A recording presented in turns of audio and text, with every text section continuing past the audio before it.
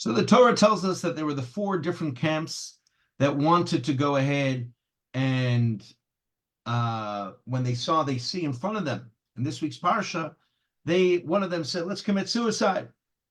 And the second group said, let us return to Egypt. And the third faction argued, let us wage war on the Egyptians. And finally, a fourth camp advocated, let us pray to God.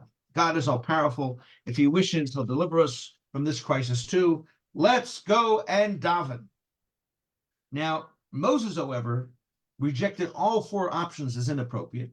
And he said to the people these words, and I'll translate. Fear not, stand by and see the salvation of God, which he will show you today. For as you have seen Egypt this day, you shall not see them again. God shall fight for you, and you shall be silent. So in a brilliant analysis, the Medrash demonstrates how the long, winding words of Moses actually contain a response to four different groups of Jews. When Moses says, fear not, stand by and see the salvation of God, the Medrash explains that Moses responds to those who had despaired of overcoming the Egyptian threat, and they wanted to commit suicide and plunge into the sea. So to them, Rabbi Moshe, the rabbi of the time, goes ahead and he says, stand by, don't advance into the sea, don't jump, just stay put. So, and when Moses continues and he says, as you have seen Egypt this day, you shall not see them again, that is addressed to those who advocated surrender and return to Egypt. And when Moses says, God shall fight for you, that is the answer to those who wish to battle the Egyptians. He says, don't stage war. Let God do the battling. And then when Moses says, you shall be silent, that is Moses' rejection to those who said, this is all beyond us. All we can do is daven. Moses says, now's not the time for davening. Remain silent. So what then were our grandparents supposed to do? So if they could not jump into the ocean, into the sea, and if they were told that they shouldn't go ahead and daven, and they shouldn't turn back to Egypt, and they shouldn't wage battle, what would they do this at the time? Play bingo? Go to the Schmitz? So the following verse gives the answer. Daber al bnei Yisro v'yiso. Speak to the children of Israel, said God to Moses, and they should go forward. They're instructed to advance to Mount Sinai, so let them follow instructions and continue their journey. I did not ask them to surrender, nor to despair and kill themselves. I did not tell them to wage war or even turn to me for salvation. I told them to do something. Leave Egypt and march toward Sinai. So let them just do that. Continue the march. How will things work out? Let God work out. Let God work that out. Let God be able to go ahead and do what God is able to do best. And if he needs to, he could split a sea. So like every story in the Torah, it could be understood also on a psychological and emotional level. When dealing with adversity in life, there's four different approaches. There's one, escapists. There's two, conformists. There's three, fighters. And there's four, which are passive believers who want God to do the work. Let God get us out of this mess. All views have a logic and merit to them and ought to be employed at certain times. But ultimately, as a guiding vision for life, they are all wrong. Not only escapism and conformity, but also battle and prayer are not complete options. Was life given to us that we spend most of our time doing battle, involved with conflict and strife? And was life given to us by God Almighty to ask him for him to do the work for us? So coupled with prayer, we must do our utmost to rise to the occasion and be proactive. So what was the correct approach? This week's Parsha tells us. Daber al bnei Yisro v'yiso. Just move forward. And what happened? When they moved forward, the Torah tells us that the sea split before them. So God was telling them, I who have given you life and promised you that you can and will achieve your objectives and reach Sinai and the promised land, have also given you all the faculties and resources necessary to fulfill your life's mission. So when faced in life with a challenge, with adversity, with difficulties, each of us encounter in life these challenges. So instead of spending time, thinking about all of these four options, instead of being paralyzed by doubt, forge ahead. Movement is the key to success. Moving forward will bring a breakthrough. How we may not always know, but move, things will open up. So the road to Sinai was rife with obstacles and challenges. And the same is true for the road from Sinai, our over 3,000-year quest to implement the ideals of Torah in our world.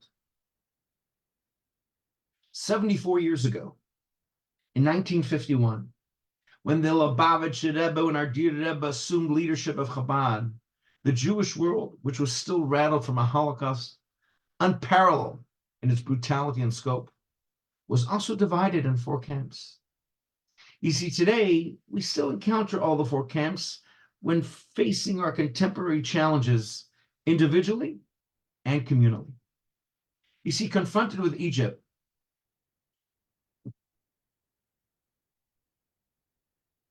from behind, and confronted with the sea in front, ravaged by the pain and horror of Treblinka and Dachau, the sea of death and destruction ahead of them, and facing the extraordinary powers of modernity, secularism, alienation, and assimilation, Egypt following behind them, the question of Jewish identity was deeply disturbing, both individually and communally. A nation was confused and torn. Our people divided into four camps. One group said, let's jump into the sea. The second group said, time to surrender to Egypt. And a third group advocated war. And a fourth spoke of prayer as the ultimate solution. Then there was the fifth approach, the one articulated to the Jewish people by Moses, and ultimately infused all four camps with a new sense of direction and vitality. You see, one group, which embodies by many of the ultra-religious, said, let us throw ourselves into the sea. Let us remove ourselves from this big, bad world. Let us insulate our children from the secular Jews. Let us plunge into the sea of the Talmud, the sea of piety, the sea of religious life. Let us all sever all contact with this challenging world. Let us build walls of holiness to protect ourselves and our own from the alien winds which storm without, so that we may foster the legacy of Sinai within.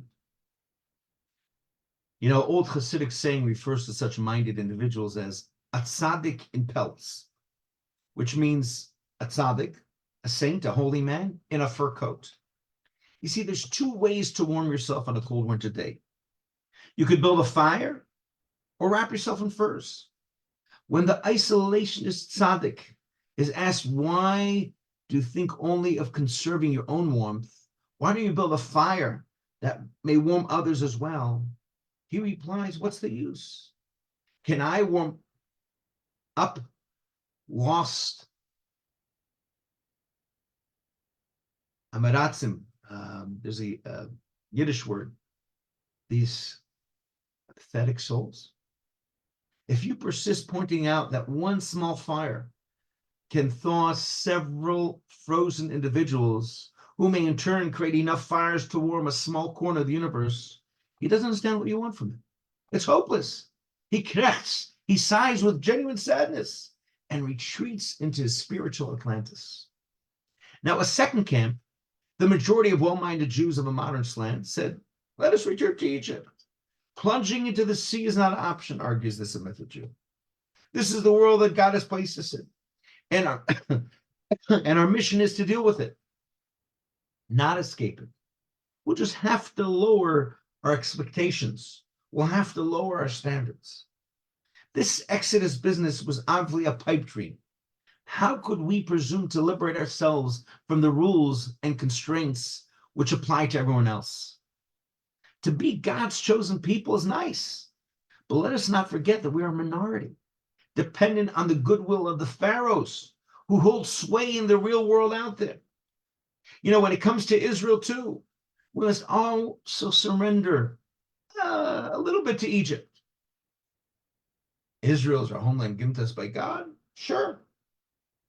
But that you can say it in the synagogue is all right. You can, fire and brimstone sermons about Israel to your like-minded congregants. But when you speak to the media, to Washington, to the UN, to the State Department, you have to be sensible and realistic. We are a small people and we need their help for survival. We need their money. We need their goodwill. God is great, but we're living on earth, not in paradise. The Torah states that a Jew must only eat kosher, celebrate Shabbos, put on tefillin each day, use a mikveh, give his children a Jewish education, study Torah regularly, the Hayom Yom, have a mezuzah on all his doors. This is all true and respected about the religious fundamentalists, but we cannot afford, nor do we want to be parochial and separate. We're a minority. We want to integrate. A mensch among menschen. We cherish our culture, but we must always yield to the prevailing culture, at least somewhat. We want to be equal citizens of our country, not stand out with our own laws and rituals. If you want to be Jewish in America, you got to give in. Again, a little bit or a lot, but surrender you must. Now, a third response to an uncooperative world is that of a fighting Jew. These are the activists who never stop protesting and hollering about how corrupt everybody and everything is. This Jew does not escape the world, but will also not submit to it. So he takes it, both barrels blazing. This has become the motto of some people, different circles. The fighting Jew battles immorality, anti-Semites, Hellenist Jews, secularists, and non-fighting Jews. Not for him is the escapism of the first camp, of the subservience of the second. He knows that his cause is just, that God is on his side, that ultimately he will triumph. So if the world won't listen to his reason, he'll lock some sense into it. These are the forever frustrated, bitter brothers and sisters who can tell you that everybody's in the wrong. He protests, he takes out ads, he hollers, he screams, he demonstrates. This is what he does all day and night. You got to respect him for the fact that he does not sell out. But often he creates enemies rather than yielding influence and change. His screams are loud, but does anybody truly listen? Finally, there's a Jew who looks at the world, looks at the first three camps, shrugs his shoulders, and lifts his eyes to the heavens. And here is the heartwarming Hasidic Jew, the sweet, delicious, spiritual Jew who loves his people and cherishes God's world, but is clueless how to make a change. So he sheds a tear. He eats a little herring, says some schnapps, a l'chaim, lifts his eyes to heaven, and starts praying. His motto is a single prayer coming from the caring heart can achieve more than the most secure fortress, the most flattering diplomat on the most powerful army. He feels he's incapable of doing anything but praying.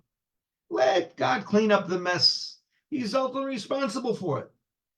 All I can do is sigh, krechts, daven, pray, drink a little schnapps, pleading with God for a better future.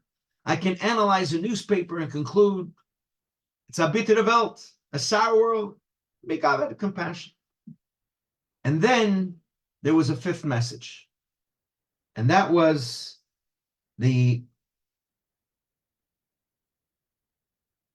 hold on one second, please, ladies and gentlemen.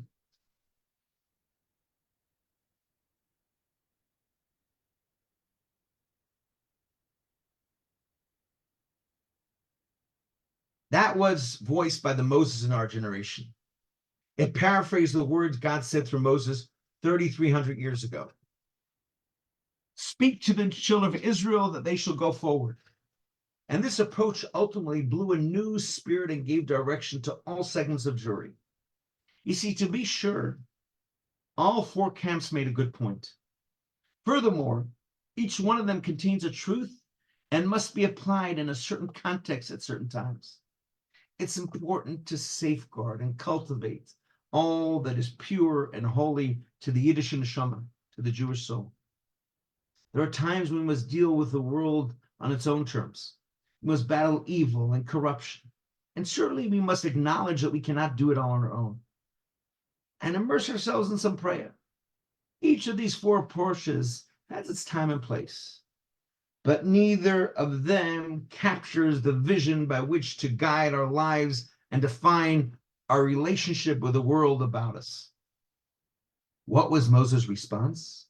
In this week's Parsha, he says, Daber al bnei Yisrael v'yisou, go forward. And this was the message of the Rebbe to anyone who would listen. Don't escape reality and don't submit to it. God is one in heaven and earth, and the Torah is the blueprint for real life in the real world. Nor should you wage war on it, because your job is primarily to spread light, to inspire people, rather than fight them and alienate them. Nor can we accept the path of spiritual passivity. Let me pray and God will do work. No, God put you in this world to achieve. So what is the response? March forward. Don't run from reality. Don't fight with reality, nor should you surrender to reality. Rather, you must reveal the true nature of reality. The entire world deep down craves to place its mouth on the mouth of man and declare, Yiskada, Yiskada, Shemei Rabba. Don't be insecure, timid, doubtful. You can redefine your environment. Don't step down from believing in your mission. Because to transform the entire world into God's abode, bring the people and the world closer to Torah one step at a time, one mitzvah at a time, one person at a time. Pharaoh's charioteers are breathing down your neck. A cold and challenging sea bars your path. Don't look back. Don't look ahead. Rather, look at your destination. See that mountain. Move towards it. You were given a mission to take the world from Sinai to Mashiach, to redemption. What you need to do is move forward. Inspire another neshama. Inspire another soul. Ignite another spark. Reach out to another person. Do another mitzvah. Touch another heart. Share the light and the love with the people around you. And when you do, you'll see that huge barrier yield and the threat fades away. You'll see that despite all the evidence to the contrary, you have it within your power to reach your goal, even if you have to split some seas, if you only move forward. And this was in 1951. What happened? Jews listened to the Rebbe. They began to march forward, to build, to create, to teach, to believe in their mission as the ambassador of God to the world, and see splits. A renaissance was born. Look into the mirror and you'll see the miracle of the fifth approach. But our march has not ended. Today, too, we can easily fall prey to one of the four approaches, but we will not. We will advance. We will lead ourselves, our people, and our world toward redemption.